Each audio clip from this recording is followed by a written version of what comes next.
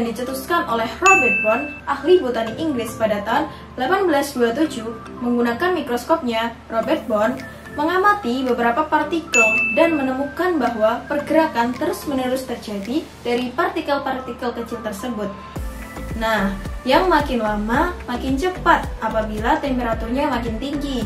Misalnya, ketika kalian menjumpai susu yang didiamkan di bawah sinar matahari yang terik, pasti kalian tetap tidak akan menjumpai adanya endapan, kan? Nah, akan tetapi susu itu tetap menjadi encer. Iya kan? Karena pada saat itu terjadi suatu gerakan secara acak terus-menerus yang dilakukan oleh partikel-partikel koloid dalam susu, sehingga antara susu dan pelarutnya itu akan saling bertumbukan. Nah, di sini yang berperan sebagai pelarut itu adalah air. Lantas, kenapa susu itu bisa menjadi encer? Susu yang menjadi encer itu dipengaruhi oleh kenaikan suhu.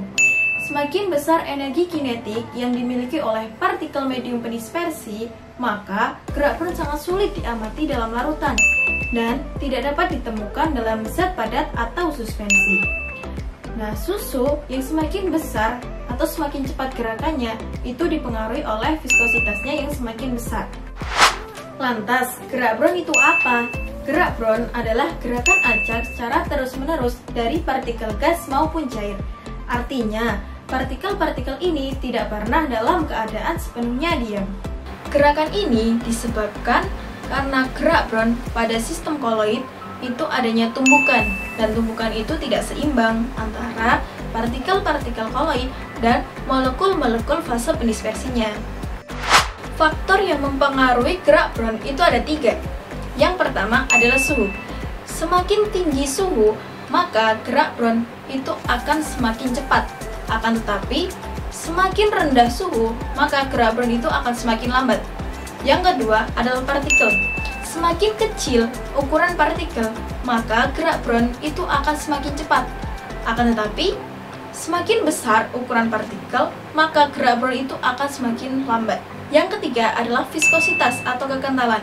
Semakin kecil kekentalan atau viskositas, maka gerakan peron itu akan semakin cepat. Akan tetapi, semakin besar viskositas atau kekentalan pada koloid itu akan semakin lambat gerak peron yang terjadi.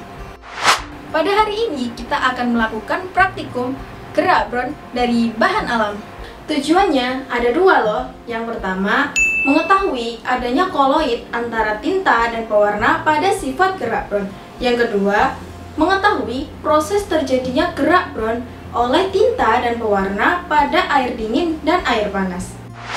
Alat yang diperlukan, yang pertama ada 2 gelas, yang kedua ada saringan, yang ketiga ada wadah, dan yang keempat ada sendok. Bahan yang digunakan, yang pertama ada daun pandan, yang kedua ada arang, dan yang terakhir ada air.